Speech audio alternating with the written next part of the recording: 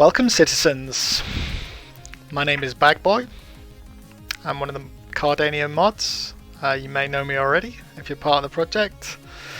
This is the first time I've done a live video, so it's very nerve-wracking. I'm sure I'll make a load of mistakes. I apologize for that. But what I wanted to show you guys was Nexus minting of the Starships.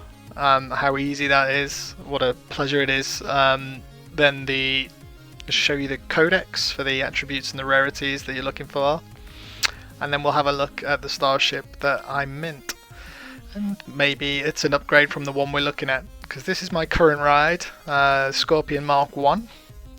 It looks amazing. Kind of doesn't look like a common, but it is a common. There are various attributes that you can see, obviously, all in the metadata here. It's a fighter class, so it's a single seater. I'm obviously sat in it at the moment, as you can see. Engine, weapons, all this good stuff. We'll go through that on the codex in a minute. But what a glorious NFT this is. SIP68, so fully dynamic. Can be changed very easily by the devs. So it's not only editable from a dev point of view, it's also upgradable from a user point of view as a player in a game. So this is another exciting element to the development of the Cardano blockchain at the moment. It's a pretty exciting space. Let's have a look at the Starship Mint website then. This is yeah, it looks great. We can see how many are available, how many you've minted, how many reserved. I'm gonna mint one, but I did want to show you something that if you are a little bit richer than I am, then you can choose more and go into a higher warp speed the more you want to mint. So like, look, we're going a little bit faster here. And if you want to go for 9, then you go like however fast that is. I don't know, very fast. I'm not going to mint 9 though. But if you choose to go back to 1, you still stay at super fast warp speed, so that's nice. You can just pretend. Okay, so yeah, standard Web3 wallet connection stuff. Read the terms of an agreement, pay with Eternal, or you can pay to a minting address if you prefer not to use a Web3 wallet. I'm going to use a Web3 wallet.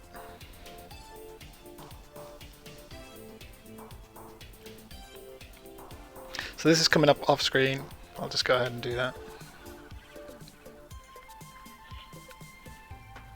I also use a ledger, so it's going to take a little bit longer. But security first. Just chill out and listen to the Cardano vibes. Sorry, the Cardania vibes.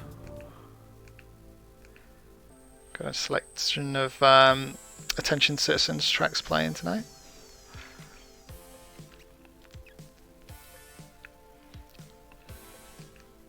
Actually, this is again, it's like super quick because it's just a single transaction, no smart contracts. The transaction fee is like 0.17 ADA.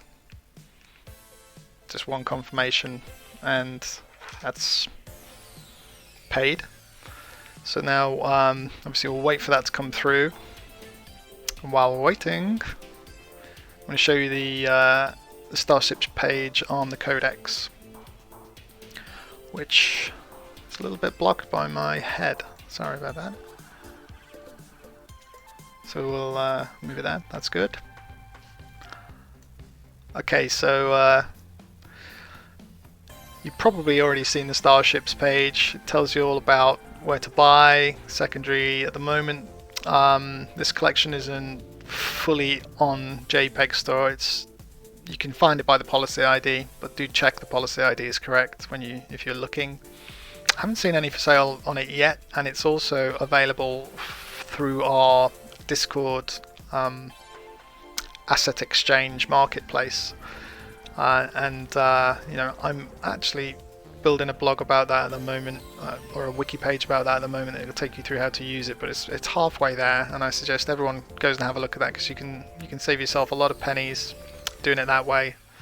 And I've got nothing against JPEG Store, but why not keep it simple with our guys at, I think it's Huth Solo who created the marketplace, and he's a good guy, so let's try and support him. Okay, so configuration and rarities. There's 5 different types of ship. There's 4 different varieties of each ship, and you're looking kind of Mark 1 being the more common, and Mark 4 being the rarest. So we're going from common to rare to legendary to ultra. But there are a couple of curveballs in there, where we've got Hornet Mark 3 is the ultra and Mark 4 is the legendary. Scarab is normal. Scorpion Mark 3 is the ultra and Mark 4 is the legendary. And also, when looking at these models, weapon and engine combinations, you might want to have a look at how common they actually are, because this legendary here, Quantum Groove engine, is the Firefly common engine as well. So little things like that you'll see slight differences. I think we established that the Tannhauser engine is kind of the most rare because no others do, and I think Cursed engine as well. Oh no, look, there's a good example. Cursed is part of the Ultra Firefly Mark 4 set, but it's also part of the rare Hornet Mark 2. So just keep an eye out for which ones are actually the most rare, I guess. Make your own decision on that, but you also may just love the way they look, and I think that's a big thing for me. And let's just go and have a look at how they look. So right down to the bottom of the page, we've got the Firefly. I love the shape of this one. It kind of looks like a flying submarine that looks deadly. And I think this one's my favourite, the legendary. Possibly actually the ultra. That does look really cool. And they all look amazing. This one kind of looks like a fast fighter, the shape of it. And I think this is the ultra here with a nice colour scheme. Green's my favourite colour. I'd be happy with a legendary, of course. These, I won't go into my opinion on all of these, but they're all very nice, and I would be happy with any of them. But everyone wants to roll the dice one more time with these kind of things and see if they can get just like the ultra or the legendary. So coming back to the metadata, shields. Generally we've got 3 different varieties for each of these that go in the same rarity pattern of common's going to be 70%, rare, and then sort of legendary, or maybe legendary and ultra, 20% and 10%. So prismatic is the best, followed by Empyrean shields.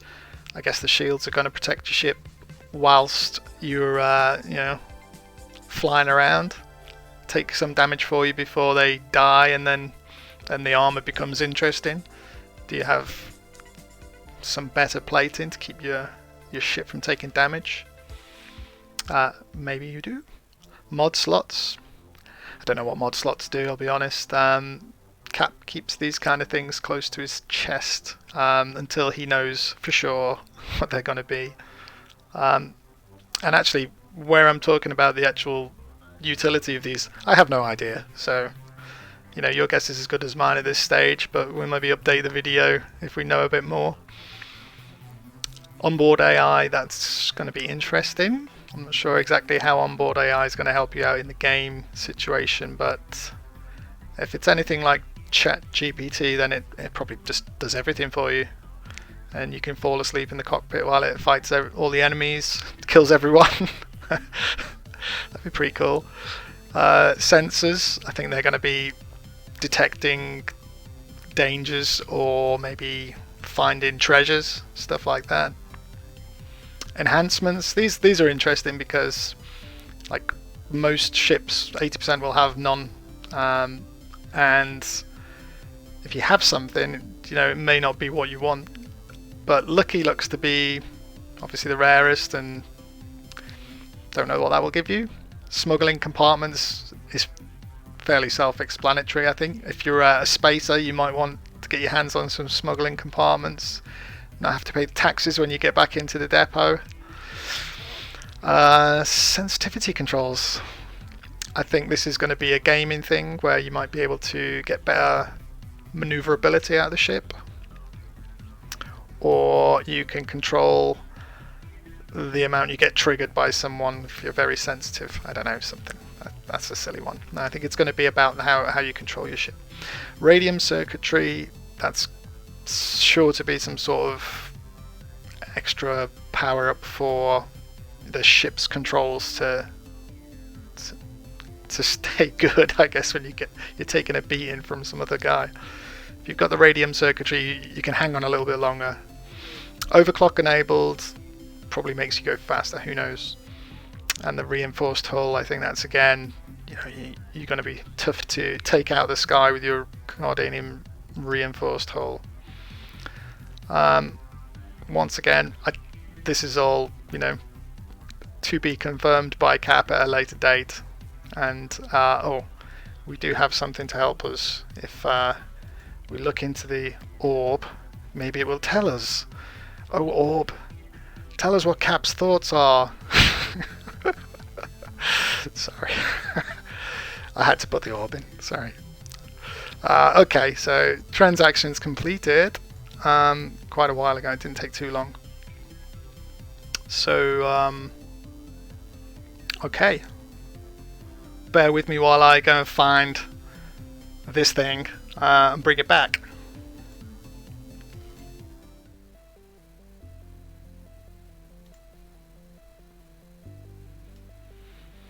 Okay, well, we're taking a little interlude. I want everyone to have a look at the DUSK. Look at this thing, it's amazing.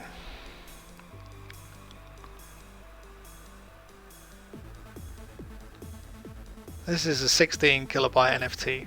I just don't know how they do it. Oh, if you leave your mouse there, they just all come around your mouse. And then if you click them, they'll fly away. It's a bit matrixy, this one. There's a lot of different styles. You get numbers, sometimes you get planes, aliens, different types of DUSK have different, attributes, different things it can do.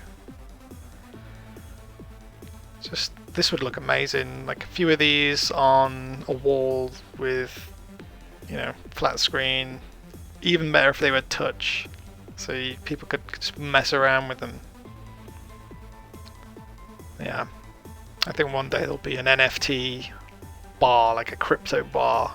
It's just got this stuff all over the place. And it would be a lot of fun. I'd just sit there watching it, I think. Look at that.